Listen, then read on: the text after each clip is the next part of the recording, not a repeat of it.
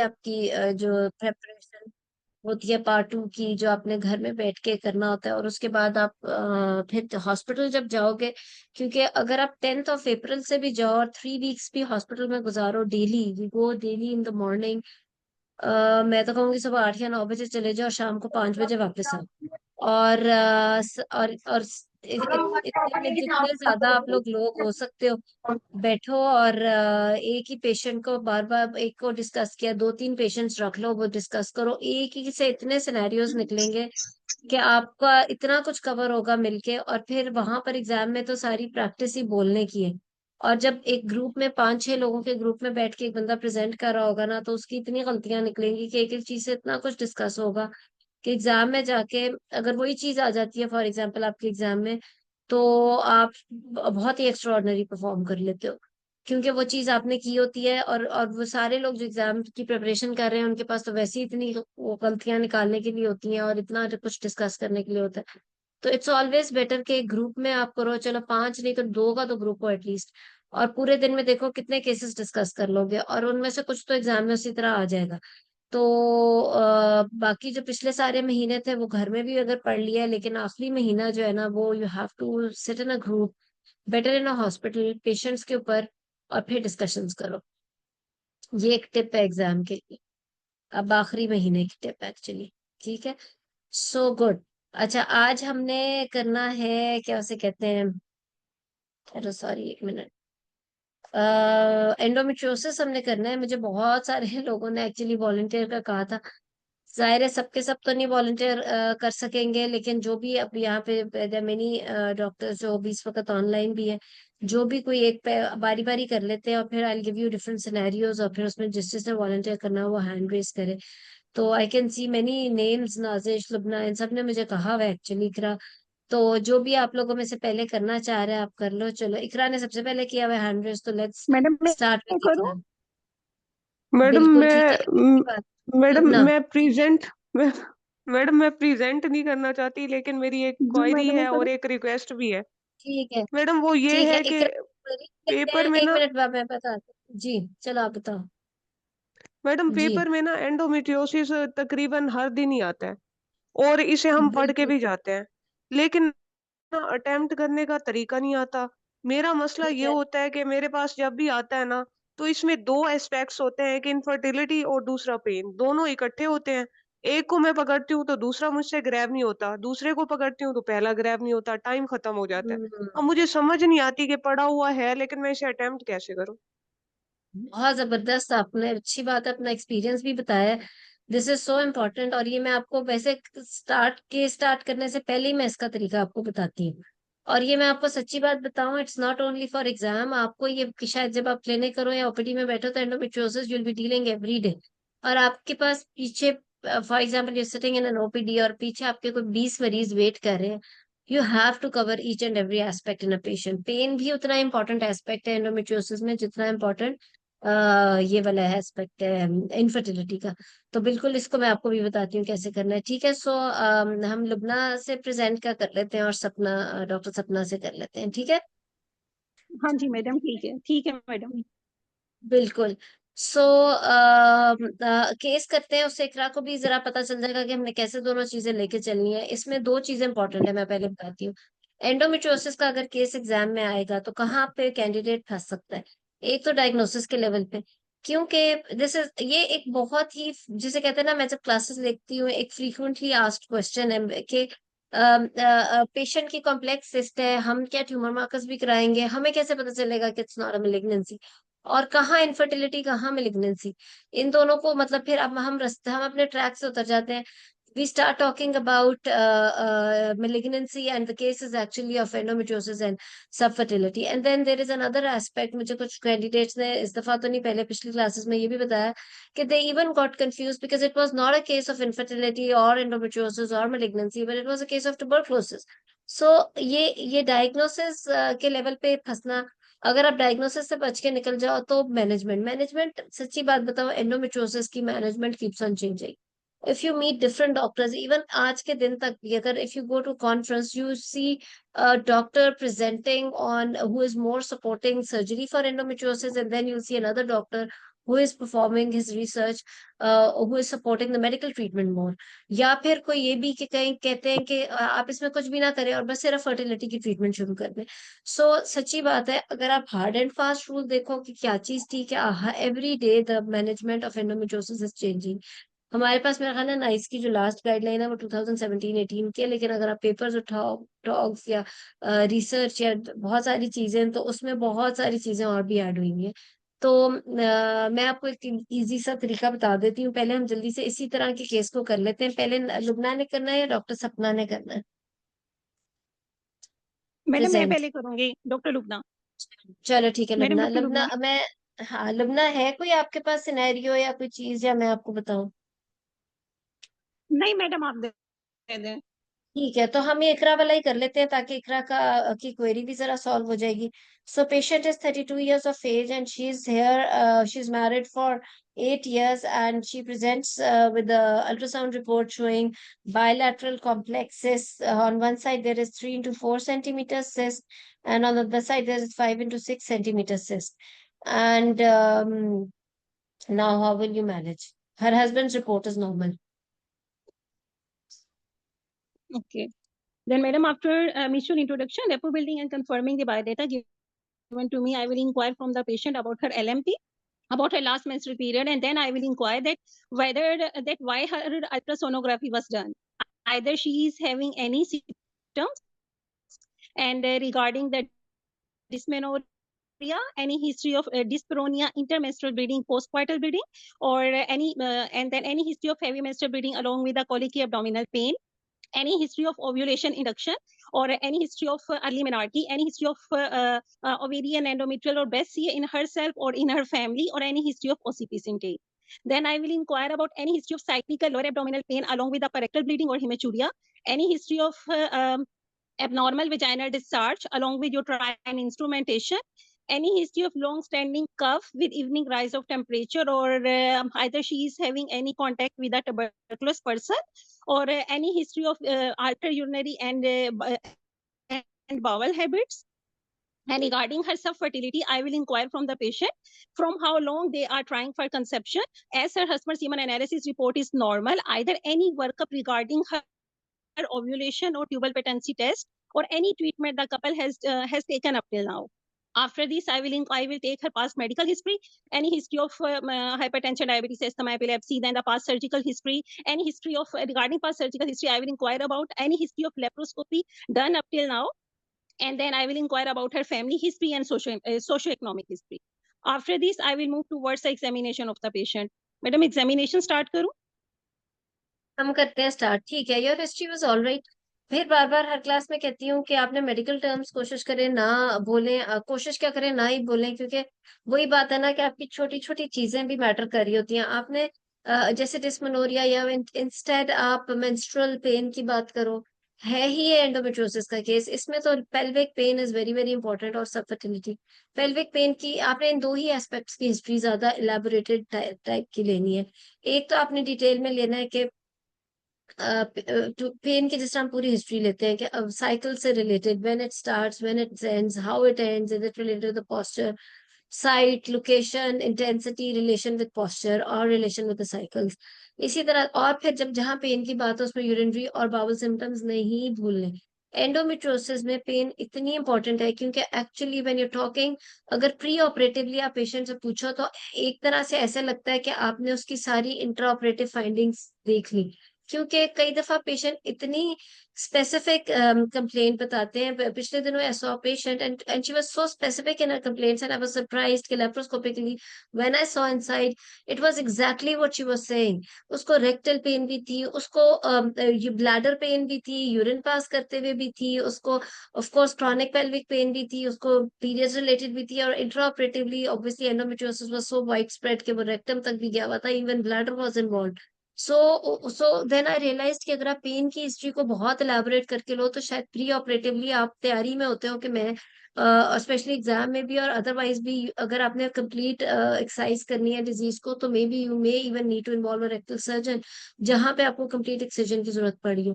तो pre operatively endometriosis में pen की डिटेल्ड हिस्ट्री बहुत इंपॉर्टेंट है, you can not ignore this. उसके बाद सब फर्टिलिटी। उसी पैटर्न पे, जैसे मैं हमेशा हर सब फर्टिलिटी की क्लास में बताती हूँ, ऑलवेज रिमेम्बर, ये जो मैं लेक्चर्स लेती हूँ उसके साथ लिंक्ड लेक्चर्स होते हैं। जैसे इसमें अगर मैं सब फर्टिलिटी के बारे में want to repeat the whole history of subfertility, वो हमारे लेक्चर हो चुके हैं, वो हम मेरे यूट्यूब चैनल पे भी, आप उसके ऊपर भी देख सकते हो। उसकी वजह ये है कि फिर हम सब फर्टिलिटी पे चल जाएंगे, हमारा मेन जो टॉपिक आज का रह जाएगा, और बहुत सारी क्वेरीज इससे रिलेटेड आपकी रह जाएंगी। सो जिस तरीके से हमने सब फर्टिलिटी की हिस्ट्री Hmm. अपनी पिछली क्लासेस में की है, कुछ लुबना ने भी कवर किया। We start with investigations, we start with the marital status and the relationship, and then we go sequence wise। इसके अंदर आपको एग्जामिनर ने दे दिया कि अल्ट्रासाउंड पे अल्ट्रासाउंड पे ओवेरियन सिस्ट है, तो you definitely start with the menstrual cycle and the pain, and then आप उसके बाद उसका अल्ट्रासाउंड से रिलेटेड, एंड देन उसके बाद बाकी पूरी, जैसे हम हेड टू टू हिस्ट्री लेते हैं और फिर हस्बैंड की हेल्थ। अगर शुरू में हस्बैंड की रिपोर्ट गलत हो तो फिर हम पहले हस्बैंड की हिस्ट्री से शुरू करते हैं। सो सब फर्टिलिटी की पूरी ले ली, उसके बाद अल्ट्रासाउंड के लिए क्या ट्रीटमेंट की है, नहीं की, ट्यूबल पेटेंसी टेस्ट हुआ है, ये हमें सारा पूछ के, उसके बाद यस यू कैन आस्क अब तक की क्या ट्रीटमेंट हो चुकी है, क्या ओव्यूलेशन इंडक्शंस लिए, यू नेवर नो, वो तो हम डीटी में आगे डिस्कस करते हैं कि वो क्या है सारा कुछ, ठीक है। उसके बाद आप उसकी इन्वेस्टिगेशन पे आ जाओ, एग्जामिनेशन पे आ जाओगे। जी Lubna. Madam, regarding her examination, first I will do her BMI and then the vitals, her paleness in the hand and then the conjunctiva, thyroid, breast test examination, and then abdominal examination, starting from the inspection of the abdomen for the presence of any scar mark or any visible pulsation, and then the position of the umbilicus, and then as the mass is present, then I will look on all the features of the mass, either its size, tenderness, consistency, mobility, and either the lower limit of the mass is reachable or not. And then, madam, I will also do the percussion and will do the percussion, and then the shifting dullness will also be performed.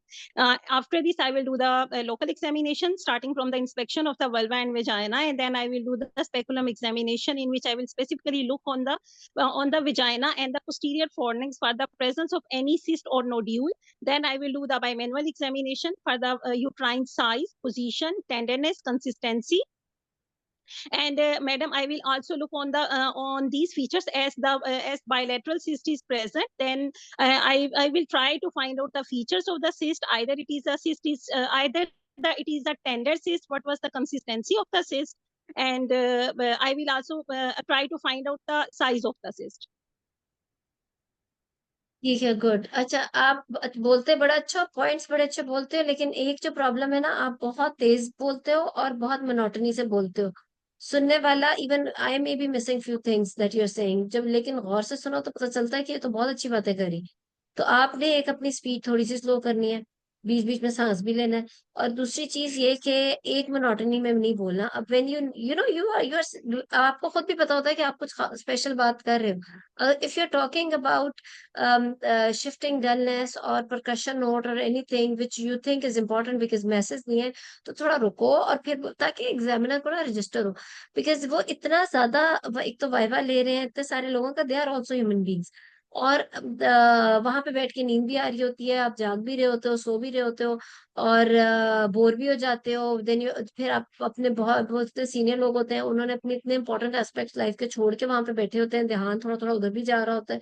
तो आपने बात को उनके जहन के अंदर डालनी है। तो आपको जो है ना पूरा बोलना है, थोड़े अप्स डाउन लाके, इस तरह नहीं जिस तरह आप एक ही सांस शायद आपने लिया ही नहीं और जब खत्म हुआ तो सांस लिया। सो it's not like that. I know time bound होते हो, मैडम, वो लेकिन लगता है फायदा क्या। कि 10 मिनट है। जी आई मैडम, टोटली ठीक है, बिल्कुल। अंडरस्टैंड, लेकिन you are well prepared for 10 minutes. आप आपके फिंगर टिप्स पे चीजें, आई कैन सी दैट। तो उन जब फिंगर टिप्स पे है तो आपका, और दूसरी चीज ये कि हम लंबे सिनेरियोज करें।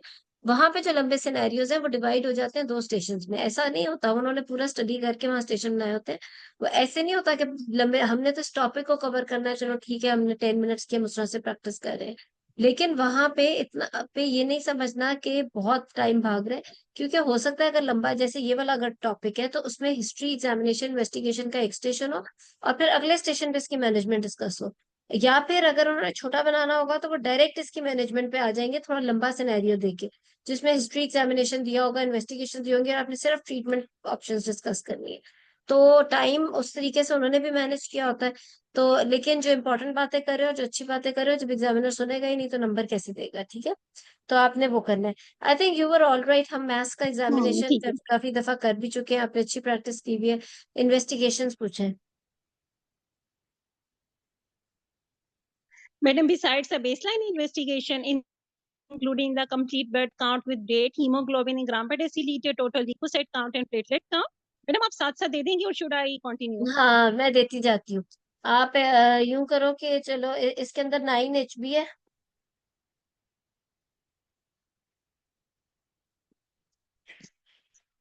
Okay. And then, madam, her midstream urinary analysis for pus, protein, and sugar. Normal है वो, उसमें नहीं है कुछ भी।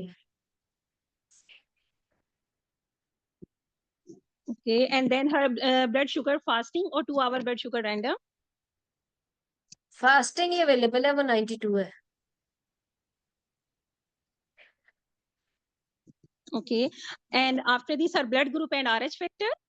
B positive.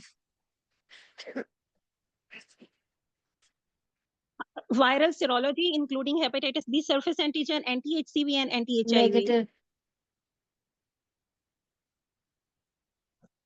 Okay. And after this, madam, her pelvic ultrasound and for the uterine size, endometrial thickness, regularity, blood flow, any endomyometrial junction ecotexture, any myometrial echogenicity.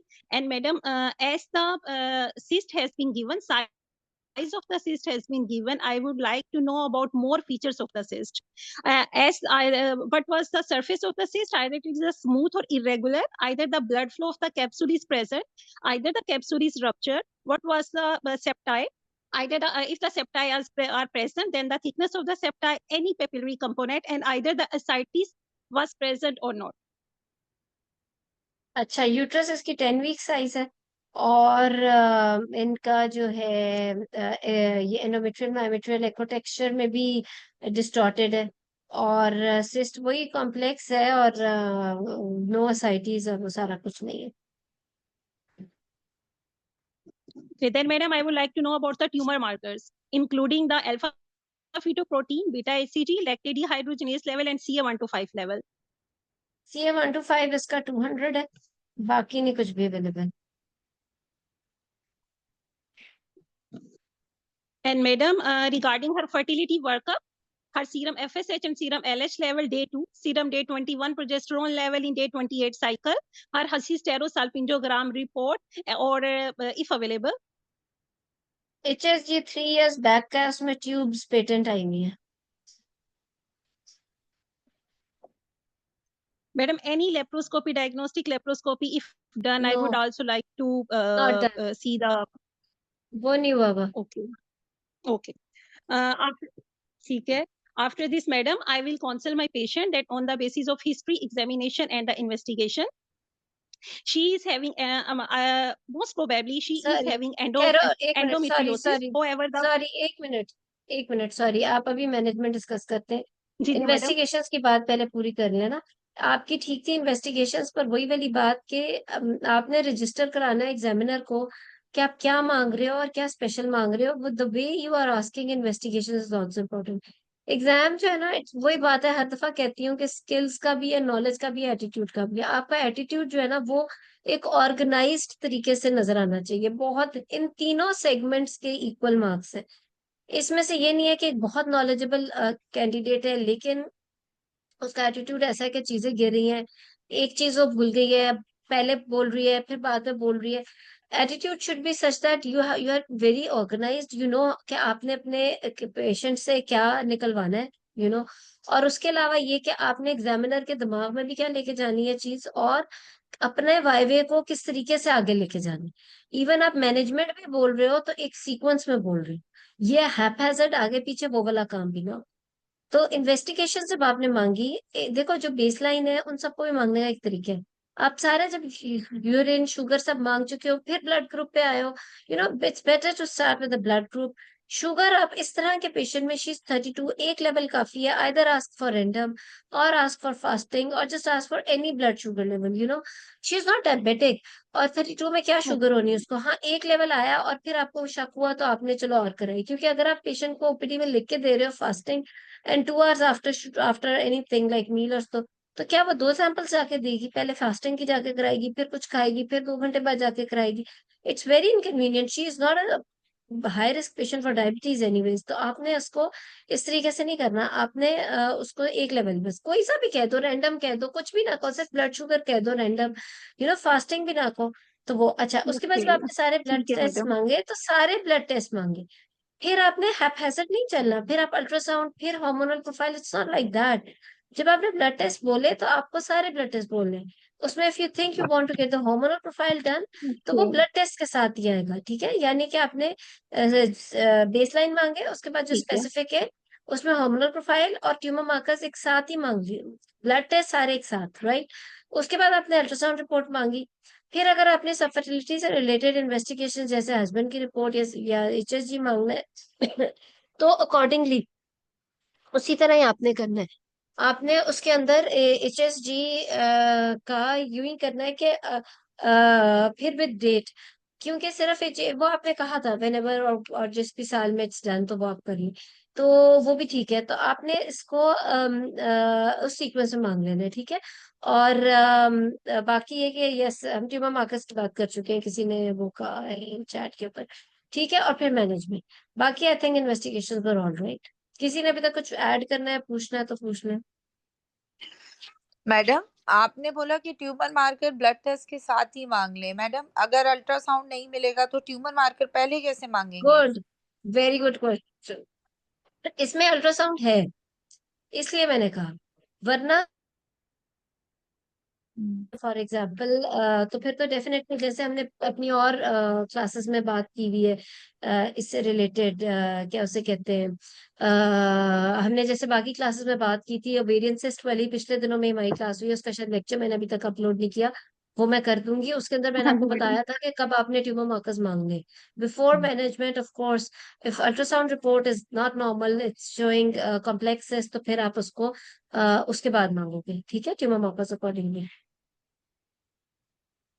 और madam, ठीक है? चारों ट्यूमर मार्कर्स मांगना जरूरी है? अगर हमें लग रहा है कि हमारा केस एंडोमेट्रियोसिस का ही है, मतलब हिस्ट्री पॉइंट्स तो कुछ मिल ही जाएंगे ना तब तक, तो क्या सिर्फ हम CA 125 ना मांग लें, इतना खर्चा देखो कराएं? बात ये, you are right, you are right, देखो केस तो बिल्कुल लग रहा है, बट अगेन एग्जाम में भी सेफ होने के लिए specially, but in your clinical इंशाल्लाह प्रैक्टिस एज वेल, मैं तो कहूंगी this is a young patient who has come with the complex cyst, right? There is no harm. आप अगर इसकी सर्जरी प्लान कर रहे हो तो pre operatively it is always better कि आपको एक स्टेटस पता हो कि आप किधर खड़े हुए हो। उसके लिए आपको एक बेसलाइन ट्यूमर मार्कर्स अगर आप मांग लो तो देर इज नो हार्म, क्योंकि स्पेशली इन एग्जाम अगर आप नहीं मांगोगे तो ये हो सकता है कि एग्जामिनर कोई फ्रेंड हो जाए और वो आपको उस तरफ ले जाए एग्जाम के लाइन में कि आपका ये तो सीए का केस था, या फिर जब आपने पेशेंट का सर्जरी कर रहे हो तो उस वक्त इंट्राऑपरेटिवली दे एंड अप इन सेइंग कि आपका जो है ये तो कॉम्प्लेक्स सिस्ट है, तो ये it comes out to be malignant, तो उधर you stand nowhere actually. तो उसके लिए देर इज नो हार्म कि आप ट्यूमर मार्कर्स मांग लो, ठीक है?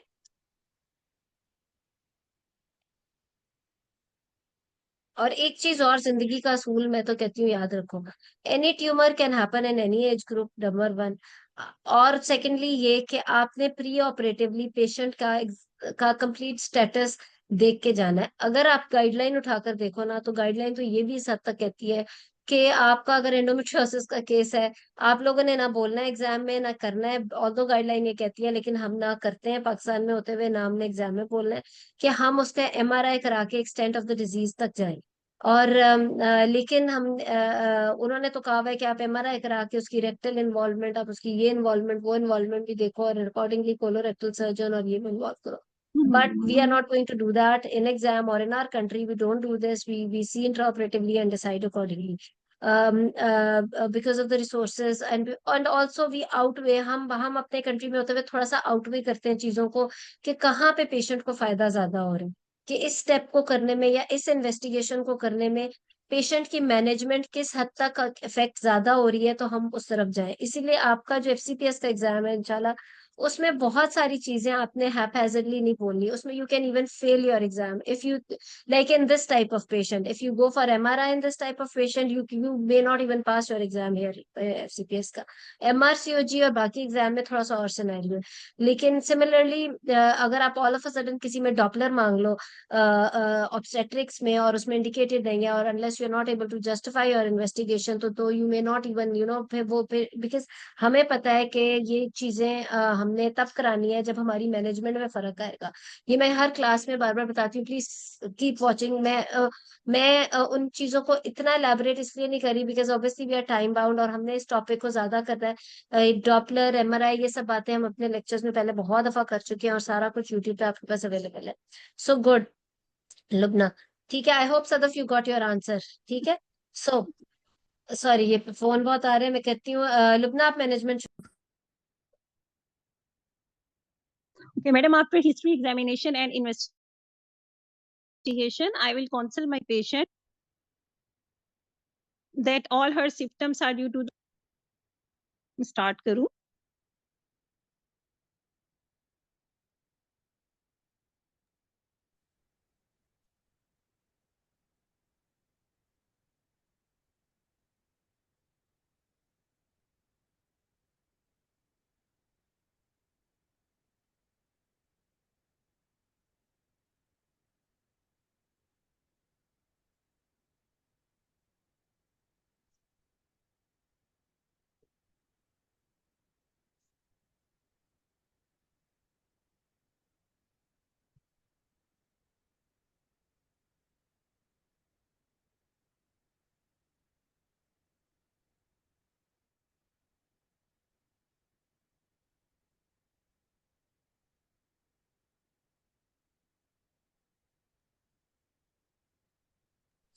जी sorry.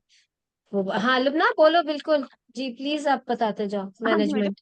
Madam, I will consult it on the basis of history examination and investigation. Although the most probable diagnosis is endometriosis, however, the final diagnosis will be made after histopathology report. I will consult her that all her symptoms are due to this condition, and it is a benign condition and treatable condition. However, there is a much more chances of the recurrence. Regarding her two cysts, I will consult my patient that although the features of the cyst are it seems that these are the endometriotic cysts, but the features of the cyst, these are the bilateral cyst, and with the complex nature of the cyst, the final diagnosis will be made intraoperatively when I will have a look on the cyst. If these cysts are endometriotic cysts, then I will remove it. But if these look to be a suspicious cyst, then I will take the biopsy, and her further management will be made after histopathology report. Regarding her management, after build up her, my Lubna aim of management is to improve her symptoms and to make her quality of life better, and to improve in the treatment. I will offer her laparoscopic treatment will be offered to my patient. That is also a gold standard. I will consult her that the 85% chances that all her symptoms will be improved. Then, madam, regarding her laparoscopy, first, regarding that, I will perform the laparoscopy along with the laparoscopy and dye test to check the tubal patency. I will एक arrange minute, as her ये itching ये is रुक जाओ, 9. Good good, I एक will second, sorry sorry sorry, मैं arrange आपको बीच में इसलिए कर रही the हूँ बिकॉज मैं, एक मिनट लुबना, एक मिनट बेटा, just let me improve what ever you said. उसके बाद हम सर्जरी का तो एक कंप्लीट अलग ही डिस्कशन है, वो हम बाद में करते हैं। सो अभी तक you were all right. Counselling बस ठीक थी, मुझे इतनी पसंद नहीं आई। किसी और ने अगर इसी चीज को और इम्प्रूव करके बोलना है तो वो भी ट्राई कर सकते हैं, then I will tell you. ठीक है, कोई बताएं इसी पेशेंट की management with all the investigation that we have discussed already. Try कर लो अपने तरीके से, हर एक का अपना स्टाइल होता है। मैडम मैं बताऊं? जी please. Madam, I will counsel my patient about the probable diagnosis and endometriosis, and then I will confirm the presenting complaint from the patient, that whether she wants to conceive immediately or she wants pain treatment. And then I will counsel and I will offer my patient the treatment according to her own wishes. If she ठीक है wants fertility, then I will directly refer her to the infertility center for IVF, as already she is above 30 years. And if she wants first pain treatment, then she will be offered the laparoscopic treatment, which will be diagnostic as well as therapeutic. ठीक है start बड़ा अच्छा था I think आप दोनों ने बातें ठीक की अगर दोनों की बातें मिला दें तो कंप्लीट काउंसलिंग हो जाएगी मैं आप लोगों को काउंसलिंग में हमेशा बताती हूँ कि जब भी आपने स्टार्ट करना है दैट सबसे पहले ऑब्वियसली काउंसलिंग में एक एस्पेक्ट आता है डायग्नोसिस प्रोबेबल डायग्नोसिस कि देखो हमने काउंसलिंग करनी है पेशेंट के माइंड के मुताबिक सबसे पहले पेशेंट क्या पता करना चाहते हैं उसको ये सिम्टम्स है क्यों नंबर 1 नंबर 2 ये कि क्या अगेन बार बार बताती हूँ गायनी में सबसे पहले वो ये पता करना चाहते हैं कि कहीं ये कैंसर तो नहीं है नंबर 3 ये ट्रीटेबल है या नहीं ट्रीटेबल ठीक है और नंबर 4 इस केस में इसलिए मैंने कैंसर वाली बात की क्योंकि जब पेशेंट ये इन्वेस्टिगेशन लेके आपके सामने बैठी होती है ना तो उसको अपनी सब फर्टिलिटी भी भूल चुकी होती है वो अपना पेन भी भूल चुका होता है CA 125 200 है वो पूरी रात जाके आई होती है कि मेरा तो ट्यूमर मार्कर ज्यादा है अब ठीक है तो जब आप एग्जाम में भी काउंसलिंग कर रहे हो आपके सामने सारी इन्वेस्टिगेशन पड़ेंगे you can not miss a single thing ठीक है आपने इन्वेस्टिगेशंस अगर गौर से देखो मैंने अल्ट्रासाउंड पे आपको यूट्रस का साइज इतना बड़ा दिया है साथ मैंने कहा है कि एंडोमेट्रियल मायोमेट्रियल एको टेक्सचर में भी प्रॉब्लम है which is indicating towards adenomyosis as well so she seems to have adenomyosis as well as endometriosis तो आप probable diagnosis जब बोलोगे तो you will say that I'll counsel my patient that probably she's having endometriosis along with adenomyosis which is the probable cause for her symptoms which is pain as well as subfertility also, I will explain to her that it's not malignant, it's a benign condition and it is treatable. फौरन से पहली line में recurrence की बात कर देना तो वो देखो बार बार बात ये कि हम प्रैक्टिस सिर्फ शायद एग्जाम की नहीं कर रहे जब आप इंशाल्लाह एग्जाम पास करके निकलोगे तो आपको पता चलेगा कि ट्रेनिंग की का सारा जो आपकी ट्रेनिंग का एस्पेक्ट था आपको ट्रेन करने में वो एक तरफ एग्जाम की तैयारी और एग्जाम देने की जो ट्रेनिंग है वो भी उतना ही इम्पोर्टेंट पार्ट प्ले करेगा आपकी प्रैक्टिस में जितना आपका ट्रेनिंग वाला पार्ट गया उसकी वजह ये है कि ये जो सारा कुछ इस वक्त आप सीख रहे हो ये आप कल को अपने क्लिनिक पे अप्लाई करोगे and you will get to know so it's not only for exam it's for your clinical practice OPDs as well कि आप पहले जुमले में ही बैठ के पेशेंट को रिकरेंस की बात नहीं ना करना शुरू कर देते हो तो पहले तो ये बताओ कि इट इज ट्रीटेबल उसके बाद नाजिश वाली बात ट्रीटमेंट के लिए करना क्या है मेडिकल ट्रीटमेंट देनी है या सर्जिकल ट्रीटमेंट देनी है I will discuss with the patient about her fertility wishes कि उसकी फर्टिलिटी विशेस है क्या she is 32 and she is married for 8 years although husband semen analysis is normal तो हमने उससे फर्टिलिटी विशेस डिस्कस करनी है कि क्या वो फॉरन I have seen a patient जो 35 की होके भी पहली बात क्लिनिक पे आके करती थी कि मेरे से कंसीव करने की बात नहीं करनी किसी ने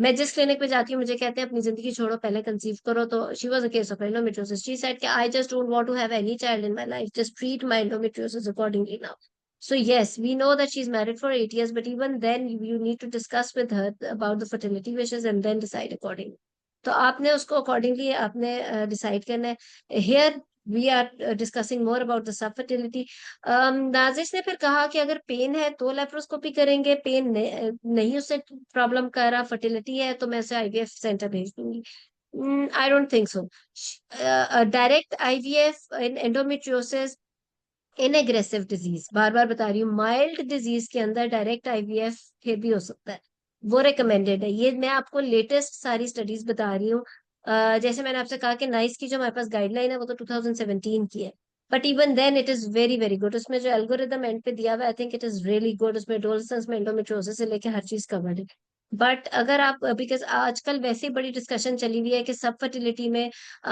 विद एंडोमेट्रियोसिस में आप डायरेक्ट सर्जरी करोगे या आप उसको डायरेक्ट ट्रीटमेंट फॉर सब फर्टिलिटी के लिए लेके जाओगे माइल्ड डिजीज में यस आप डायरेक्ट ट्रीटमेंट करोगे but if it is an aggressive disease then you have to perform surgery before referring her for IVF और for anything else like that ठीक है सो आपने माइल्ड डिजीज का मतलब ये है कि ओवरीज आर नॉट इन्वॉल्व ठीक है when ovaries are involve in ultrasound then it's not a mild disease right फिर वो उसकी स्टेज 3 स्टेज 4 एटलीस्ट तो इसलिए आपने उसके अंदर इस केस के अंदर, तो अगर पेशेंट की फर्टिलिटी विशेस है, even before IVF you have to go for the surgery, ठीक है। सो आपने उसके अंदर इसे डिस्कस करना है, and for subfertility then accordingly laparoscopy and proceed. I don't know why everyone says laparoscopy and dye test. यार हम सर्जन्स नहीं है, सर्जन्स की जुबान बोलना बंद कर। तो जाहिर बात है, जब सब फर्टिलिटी में लेप्रोस्कोपी हो रही है तो डाई टेस्ट तो होगा। सो stop saying these things, lapros, lap and dietist, these are all wrong terms. Unfortunately gynecologists are doing everything with surgeons, तो वो उन्हीं की जुबान बोलना शुरू हो गए। हमें पता है एक सब फर्टिलिटी की पेशेंट हो रही है, the test is not everything which is done in diagnostic laparoscopy. तो आप डायग्नोस्टिक लेप्रोस्कोपी बोल रहे हो, तो सब फर्टिलिटी के अंदर it's covering a lot of other things as well, we know as gynaecologist. So so अपनी टर्मिनोलॉजीज को आपने ठीक रखना एग्जाम के अंदर, ठीक है। और इंशाल्लाह आपने ऐसे ही लेप्रोस्कोपिक सर्जन बनना है जो सर्जन्स के साथ नहीं करते। यू हैव टू अपने फील्ड का रिगार्ड लेकर चलना है इंशाल्लाह। सो फर्दर हम अब करते हैं जी। सो अभी तक का कोई बात, कोई क्वेश्चन कुछ कहे तो आप प्लीज बताओ। मैडम इसमें के लिए ना, जी लुबना। मैडम इसमें ना मेरे माइंड में ये था कि जो पेशेंट हमारे पास आई है, she is not having a pain, she is the case of subfertility without pain. तो अगर वो सिर्फ सब फर्टिलिटी का केस है तो फिर तो मैं उसको यही काउंसिल करूंगी ना कि अगर मैं आपकी ये दोनों एंडोमेट्रियोमास रिमूव कर देती हूँ तो ovarian reserves will be decreased and this will not improve your chances of subfertility. But if she is complaining of pain, then I will counsel her that we are going to remove this endometrioma because of her pain. And after removing this, there is a chances that her ovarian reserves may decrease. And then I will offer her IVF. Yeah, then ठीक है, I एक will minute. offer her अगर ovulation fertility wishes है तो क्या induction, करोगे? or then I will give her a अगर fertility treatment. ठीक है मैडम लुबना, अभी तो अगर हमें नहीं पता फर्टिलिटी विशेष है, था कि पेशेंट पेन के साथ मैं आई आपसे है, कह रही या हूँ वो उससे मैंने patient, direct send to stage study. अच्छा लिसन, पेशेंट की फर्टिलिटी विशेष है तो क्या करोगे इस पेशेंट में? अभी फिलहाल हम कह रहे हैं कि पेन नहीं है, फर्टिलिटी मैडम विशेष फर्स्ट है, आई तो विल क्या करोगे?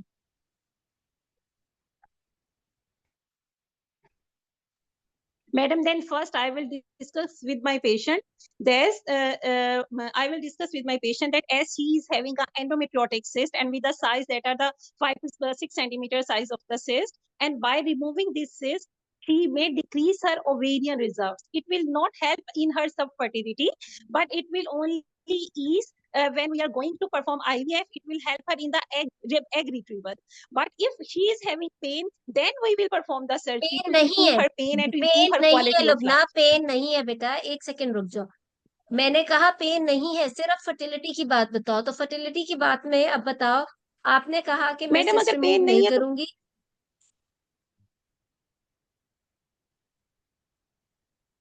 जी लुबना। Madam I will discuss with my patient that with the cyst removal. Madam आवाज आ रही है? असल में मेरे ना सिग्नल ड्रॉप हो आवाज रहे आ हैं, रही तो है, आपको आई आवाज नो अगर आई आ नो। रही है तो मैं बोलती हूँ। हाँ आवाज आ रही है, और आप बड़ा अच्छा माशाल्लाह बोल रहे हो। तो लिसन टू मी, आपने कहा कि I will discuss with her ठीक है कि अगर मैडम, मैंने सिस्ट रिमूव कर दी तो आपका ओवेरियन पेन रिजर्व खत्म कम हो जाएगा, राइट? उससे आगे बोलो।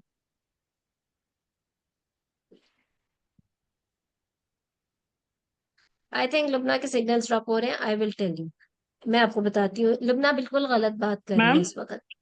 जी, मैम मैम इतना मैं बड़ा इसलिए सिस्ट लुबना को अगर ठीक नहीं करना चाह निकालेंगे रही थी। तो अजीब नहीं हो मैम? जी डॉक्टर। मैडम अगर जो है हम एंडोमेट्रियोसिस को ट्रीट किए हाँ जी बिना ही उसको मैडम, अगर सिग्नल फर्टिलिटी आ का गए, मैं ट्रीटमेंट स्टार्ट करूँ? देंगे तो उसको एंडोमेट्रियोसिस की वजह से भी तो प्रेगनेंसी में कॉम्प्लिकेशंस होंगी ना। एंडोमेट्रियोसिस तो अबॉर्शन भी कराता है, और IUGR PIH ये नहीं सारी देखिए भी तो प्रॉब्लम्स डॉक्टर होंगी। सपना, और आई मैम टेल यू, आप लोग मैडम बहुत और कंफ्यूज्ड हो, सारे बहुत आईवीएफ के लिए कंफ्यूज्ड भी, हो। मैडम आईवीएफ के लिए भी तो oocyte रिट्रीवल कैसे करेंगे हम अगर इतने और मैम इतना बड़ा सिस्ट है, 5 into 6 सेंटीमीटर का सिस्ट रिमूव बिल्कुल, किए आई बगैर। विल टेल यू, आई जी विल जी tell you, you all are very much confused in endometriosis, and unfortunately ma'am आप सबके बताएं जवाब ना, बिल्कुल गलत है। मैम आप बताएं ट्रीटमेंट, आप मैं कुछ बताएं बताती हूँ, सिंपल लेट्स बात। Not waste any time, thank you confusion ma'am. खत्म करें। अब मैं आपको बताती हूँ, specially important for Lubna. So Lubna, you said कि if she has got fertility wishes, तो मैं उसको कहूंगी कि मैंने अगर सिस्ट रिमूव कर दी तो ओवेरियन रिजर्व कम हो जाएगा, और अगर ओवेरियन रिजर्व कम हो जाएगा तो मेरा जो है क्या उसे कहते हैं, तो मैं इसलिए उसको डायरेक्टली आईवीएफ के लिए भेज दूंगी। दो बातें आप लोगों ने याद रखना है, when ever patient is having endometriosis and cyst, her ovarian reserve is already decreased. Whether you are removing the cyst or not, she never had any surgery before. For example, she is young, 30, 32 years of age. She is here with the big 2 endometriotic cysts. Endometriosis की presence itself is reducing her AMH already. Number one. Number two, if you do not remove these 2 endometriotic cysts, आप उसको ovulation induction की cycles दोगे, उसके follicles ही नहीं बनेंगे. What's the point of doing IVF if you're not getting enough number of follicles? अगर एक follicle भी बन जाता है उसकी दोनों ओवरीज में तो भी कोई फायदा नहीं उस आईवीएफ साइकिल का. You need to get good, at least good number of good follicles so that वो आप रिट्रीव करो. अगर किसी के फॉर एग्जाम्पल 6 बनेंगे तो उसमें से शायद 3 अच्छे मिले, उन 3 में से फर्टिलाइज शायद 2 हो या एक ही हो, तो रह के at the end she will only have one good embryo, right?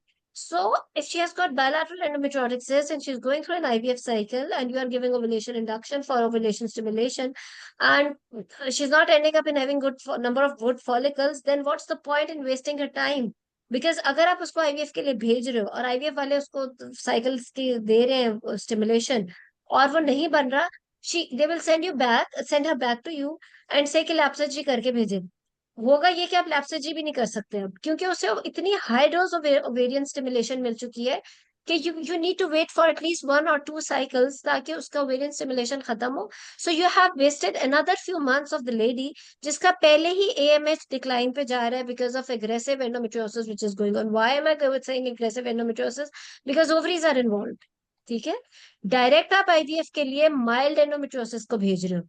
Aggressive में you have to normalize the anatomy, you have to remove the disease laparoscopically. अब तो अगर आप एक वही मैंने आपसे कहा कि if you go to different conferences आप endometriosis के देखो, daily there is different research available. और आजकल तो वैसे ही मार्च का जो है महीना, it's an endometriosis awareness month. इसमें तो अगर आप देखो तो बहुत सारे वर्ल्ड ओवर जो सर्जन्स और एंडोमेट्रियोसिस के तो बाहर के मुल्क में स्पेशलिस्ट ही अलग है, तो they are giving more information और वो सारा कुछ. तो इसमें अगर आप देखो तो उसमें अगर आप सर्जन्स का देखो तो वो कहते हैं इतना ज्यादा डीबल्किंग करो कि इवन के रेक्टम पे भी जो गया हुआ है, involve the colorectal surgeons for the excision of that. Bladder है तो ब्लैडर वाला भी रिमूव करो. They remove whole of the peritoneum of the pelvis which is involving even the smaller जैसे कहते हैं ना पाउडर बर्न लेजन्स जिसमें होती है.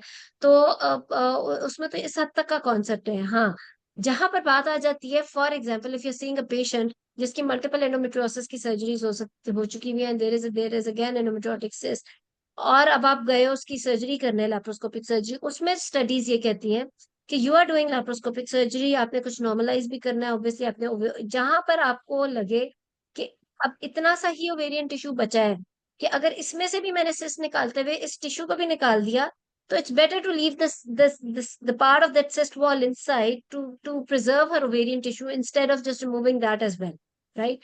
तो इस पेशेंट के अंदर जो हम कर रहे हैं उसके अंदर एडिनोमायोसिस भी है, एंडोमेट्रियोसिस भी है.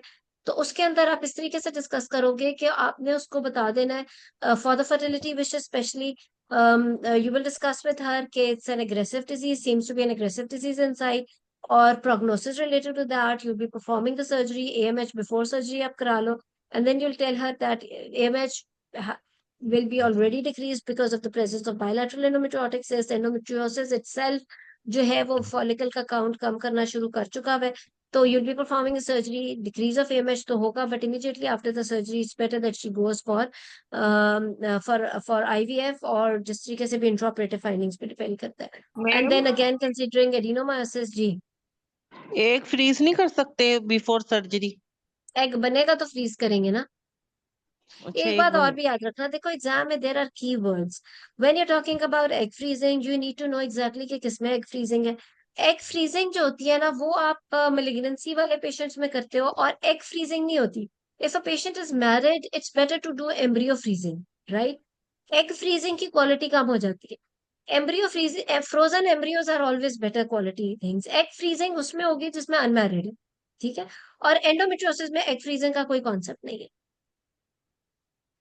और मैम आप मैडम एडिनोमायोसिस को लेकिन कैसे ये ट्रीट करेंगे मैम, आप ये भी बता दें। तो बताएं आप एडिनोमायोसिस का कह रही थी। जी मैडम मैम, एडिनोमायोसिस का बता दें। हाँ, and obviously देखो अब you think that she's from ultrasound she's having adenomyosis also. Intraoperatively you will reconfirm. अगर तो adenomyoma अलग से करके है तो you can excise also. But अगर नहीं है और generalized and it's a soft inconsistency वाली uterus, then definitely postoperatively you will again counsel her that there is adenomyosis also, which is again decreasing rate or success of IVF in this case. Adenomyosis में भी तो embryo implantation और even spontaneous conception और कम हो जाएगी। तो prognosis clarity से बताना है, लेकिन ऑफ कोर्स ये नहीं है कि बिल्कुल भी नहीं है। We see patients of adenomyosis जो कि इतने ज्यादा एग्रेसिव एडिनोमायोसिस होता है बट दे गेट प्रेग्नेंट। तो ऐसी बात नहीं है कि एडिनोमायोसिस में इनफर्टिलिटी हो जाती है, बिल्कुल ये हो भी जाता है बट सक्सेस रेट कम हो जाता है। मैडम ठीक है, लेकिन ये टॉक में तो लिखा हुआ था कि अगर बायलैटरल सिस्ट हो और 5 सेंटीमीटर से ज्यादा हो मैडम और अभी आप निकाल रहे हो जो तो ना आप एचटी की जो एग की गाइडलाइंस फ्रीजिंग है ना करेंगे उस 2022 साइड वाली, फ्रीजिंग। उन्होंने इतना क्लियर लिखा था कि स्टेज 3 और 4 जी जी बताएं एक एक करके, पहले में लुबना तो बता हमने दे कुछ फिर लिखा ही सदफ। नहीं। सॉरी आवाज नहीं आ रही जी, सदफ आप बोलो।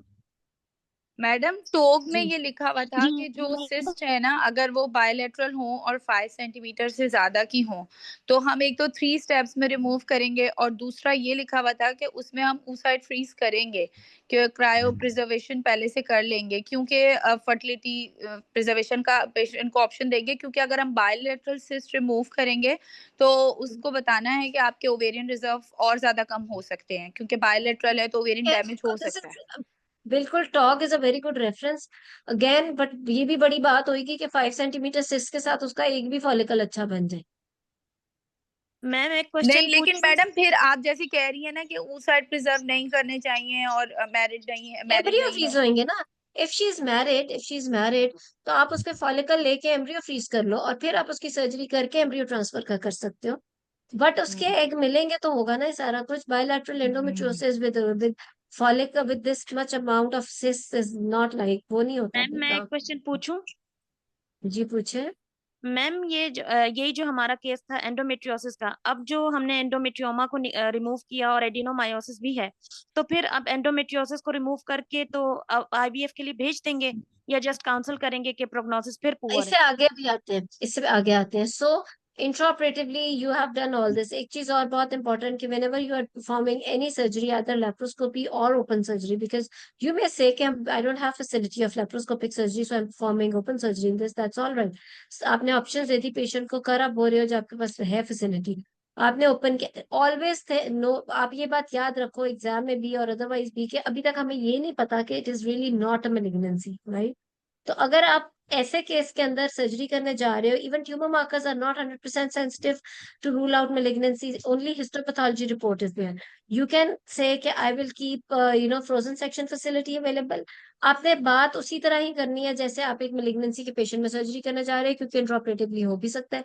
इंसिजन के बाद आपने पेरिटोनियल वॉशिंग भी लेनी है, फिर आपने इंट्राऑपरेटिव लुक्स देनी है, देखनी है। एंडोमेट्रियोसिस के अंदर it's 100%, intraoperative look is 100% diagnostic of this thing के आपको एंडोमेट्रियोटिक मटेरियल नजर आ जाता है, it's 100% diagnostic, it is endometriosis.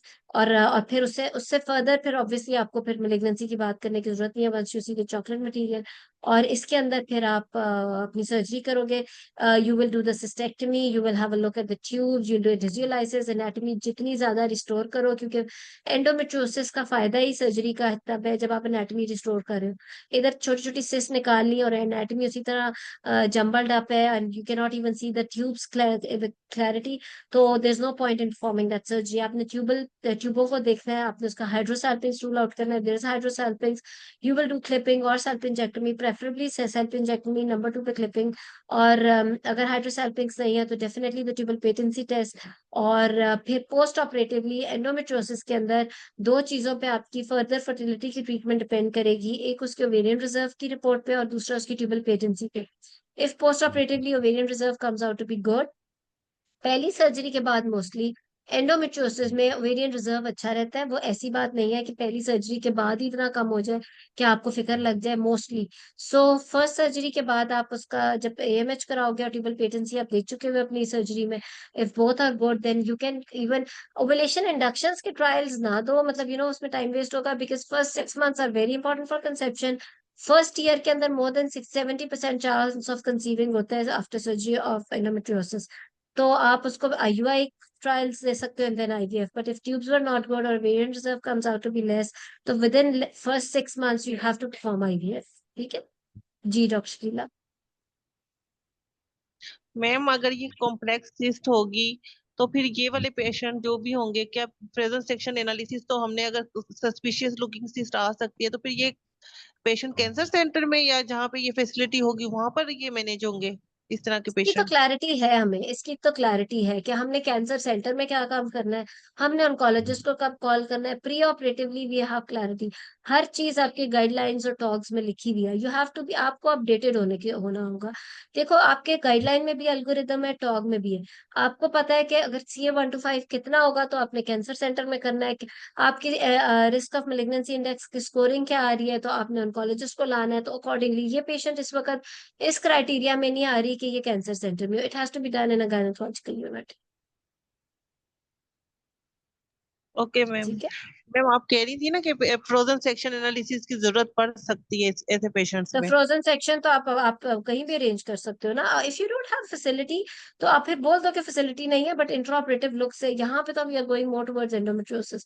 लेकिन जहां आपको मेलिग्नेंसी की लुक लगेगी फिर उसके अंदर आइदर यू टेक बायोप्सी, और जाहिर है because it's a young patient आपने हिस्टेक्टमी की कंसेंट वगैरह नहीं ली हुई, और सिस्टेक्टमी करके इंटैक्ट रख के सारे कैप्सूल को जब निकाल के अगर बायोप्सी की रिपोर्ट पोस्ट ऑपरेटिवली मेलिग्नेंट आ जाए तो definitely you will explain to her कि चाहे 10 दिन बाद आपको you have to take her back to operation theatre and do the surgery for malignancy.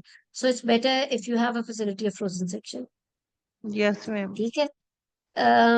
बड़ा लंबा सिनेरियो लिखा हुआ है सिद्रा ने चार्ट के ऊपर, अगर आप हैंड रेस करके वो बोल दो तो बेहतर होगा। ठीक है। सो इस तरीके से आपने चलना है। सो एक चीज की क्लैरिटी हो गई, एग्रेसिव डिजीज के अंदर सर्जरी फिर treatment of fertility. Mild disease के अंदर डायरेक्ट आप उसको IVF के लिए भी भेज सकते हो, आप उसका डायरेक्ट फर्दर ट्रीट कर सकते हो। माइल्ड डिजीज का डायग्नोसिस और कैसे कंफर्म होएगा, आप ट्यूबल पेटेंसी चेक कर सकते हो, डायग्नोस्टिक लेप्रोस्कोपी कर सकते हो which is gold standard to diagnose endometriosis, और आपको साथ में ट्यूबल पेटेंसी का भी पता चल जाएगा। और अदरवाइज अच्छा पेन की बात रहेगी। What if patient is there with pain only, she is here with pain and she has got cyst. देखो फ्रैंकली आप लोगों ने शायद लेटेस्ट ज्यादा पढ़ा होता है, आप मुझे बताना। मुझे ऐसा लगता है कि पेन की ट्रीटमेंट के लिए direct laparoscopic surgery I don't see it in anywhere. अगर आप लोगों के पास है कोई रेफरेंस ऑथेंटिक तो मुझे बता दो। मेरा ये ख्याल है कि she is unmarried, she doesn't want to conceive immediately, there are the cysts are not very big, और पेन है खाली, और आपके सारे जो रिपोर्ट है it's not towards the malignancy, it's more towards endometriosis. तो आप उसको मेडिकल ट्रीटमेंट पे ट्रीट करो along with the NSAIDs as well as the hormonal treatment and you can see the difference। और अगर उससे पेन सेटल ना हो या उसकी सिस्ट बढ़ जाए then you can take her for the surgery. अगर इस पे किसी के पास कोई अच्छा रेफरेंस है बताने के लिए कुछ और तो वो बता दे। नहीं मैडम, यही है कि first non hormonal hormonal treatments देंगे, नहीं है ना। पेशेंट 3 to 6 months बिल्कुल रिस्पॉन्ड करी तो फिर इसी तरह, और उसमें इस तरह से होता है। And frankly if I tell you, बाकी तो आपको पता है नॉन हार्मोनल ट्रीटमेंट्स का, एनसेट्स का, और हार्मोनल ट्रीटमेंट्स के अंदर जो आजकल लेटेस्ट भी है, you give progesterone only along with the aromatase inhibitors. ये दोनों मिलाकर दो तो you really get very very good response. Very frankly I have seen in a patient unmarried, she had huge cyst 10 centimeter. In any case they were saying we are not going to go through a surgery, हालांकि उसमें तो surgery in any case बनती थी, it was a wrong decision on their part, but उन्होंने कहा कि हम खुद कह रहे हैं ट्राई दिस मेडिकल थिंग। और उसके अंदर जब मैं प्रोजेस्टेरोन ओनली दिया along with the aromatase inhibitor, और I could not believe कि 6 महीनों में सिस्ट गायब ही हो गई एक्चुअली।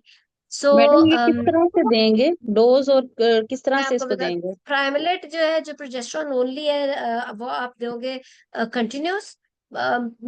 ये कहीं आपको बहुत ज्यादा हार्ड एंड फास्ट चीज के लिखी नहीं हुई, लेकिन व्हाट आई डू, आप उसको कंटिन्यूस दो फर्स्ट 3 months के लिए along with the aromatase inhibitor।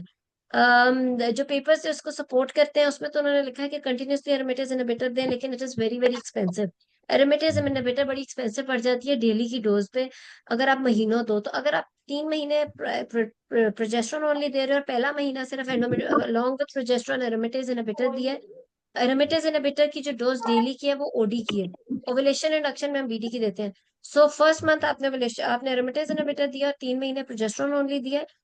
फिर 3 महीने के बाद आपने अल्ट्रासाउंड रिपीट करे and you see the size of the cyst should be decreasing. If it is increasing, plan surgery. If it is decreasing, give another 3 months of the same treatment. Amenorrhea किया हुआ है आपने with the progesterone only. और 6 months के बाद if the size is less than 50%, you can continue it for another 3 months or so. Mostly 6 months में अगर अच्छा इफेक्ट आ रहा है तो सिस्ट चली जाती है, लेकिन अगेन 3 months के बाद अगर सिस्ट का साइज बढ़ गया है या साइज में कोई फर्क नहीं आया तो you can offer surgery. Madam इस प्राइमलोड भी टाइम ओडी में ही देंगे या बीडी में देंगे वो? है ट्रैवलेट तो 15 मिलीग्राम से 20 मिलीग्राम पर डे की स्टैंडर्ड डोज है। हमारे कंट्री में 5 mg की गोली आती है तो एटलीस्ट टीडीएस या 2 BD की डोज होगी। बाहर के कंट्रीज में 10 mg की भी आती है तो आप 10 mg BD में भी दे सकते हो। इसकी जो स्टैंडर्ड डोज है वो है ही 15 mg से 20 mg पर डे की डोज। इसकी डोज उससे कम की है नहीं। मैडम ये जो मैडम अगर साइज कम हो रहा हो तो उसके बाद हमें नेक्स्ट मेडिकल ट्रीटमेंट में क्या देना है? कम हो रहा है तो continue the treatment you are already giving. Madam discontinuation recurrence होती है इस चीज की यस, इस तरह है? रिकरेंस हो जाएगी बिल्कुल। मेडिकल ट्रीटमेंट खत्म की, 6 महीने तक कुछ नहीं किया या पेशेंट फॉलोअप से गायब हो गई, साल बाद आई तो she'll come again with the cyst. So you have to keep this patient on follow up. आप 3 मंथली उसके स्कैन्स रिपीट कराओ। If the cyst is appearing again, start her with the same treatment again. और She madam keeps on taking this thing till she ma'am wants to treatment conceive। कब तक देते रहेंगे हम इनको ये मेडिकल ट्रीटमेंट? जब तक वो कंसीव करना चाहेगी, क्योंकि ultimate treatment for endometriosis is hysterectomy and BSO, which is the clearance surgery। Okay. और मैडम एक पेशेंट जैसे मेरे पास आई थी, पैरा 4+0 थी और उसको स्कार एंडोमेट्रियोसिस भी हो चुकी थी ना, तो फिर बिल्कुल भी कोई मेडिकल ट्रीटमेंट नहीं लेना चाहती थी। मतलब वो बहुत अपसेट थी कि स्टमक मेरा बहुत अपसेट है। तो मैडम उसमें फिर हम मायरीना, मैंने उसको काउंसल किया था। Mirena for the treatment of endometriosis? Yes madam. Endometriotic cyst का मायरीना से कोई लेना देना नहीं है, ठीक है। मायरीना इज गुड फॉर एडिनोमायोसिस। आपकी जो पेशेंट थी जो पैरा 4 है, जिसकी स्कार एक्टोपिक हो चुकी है और अब उसे एंडोमेट्रियोसिस तंग कर रहा है, उसकी hysterectomy with BSO is the best treatment for her. Ma'am scar ectopic नहीं थी, उसको स्कार एंडोमेट्रियोसिस भी डेवलप हो चुका था और उसकी ठीक है, GN स्कार एंडोमेट्रियोसिस, सॉरी। अच्छा, मुझे स्कार एक्टोपिक की बात है, but she already has got 4 children, तो आई एम श्योर उसकी एज भी 35 या 30s में होगी and she doesn't want medical treatment. If she agrees for the medical treatment, then medical treatment is the first choice for her. If she is simply refusing for the medical treatment, where clearance surgery is the best treatment madam for her. 32 years of age and quite young. She कितने didn't years want of to. age? Ma'am 32 years of age थी और previous 4 cesarean sections थी। देखो, बेशक 32 की होगा, अगर उसकी फैमिली कंप्लीट हो गई है और एंडोमेट्रियोसिस है तो फिर तो बड़ी अच्छी बात है कि उसकी फैमिली कंप्लीट हो गई है। उसकी जो अल्टीमेट ट्रीटमेंट है ना वो क्लियरेंस सर्जरी है। सॉरी, मैं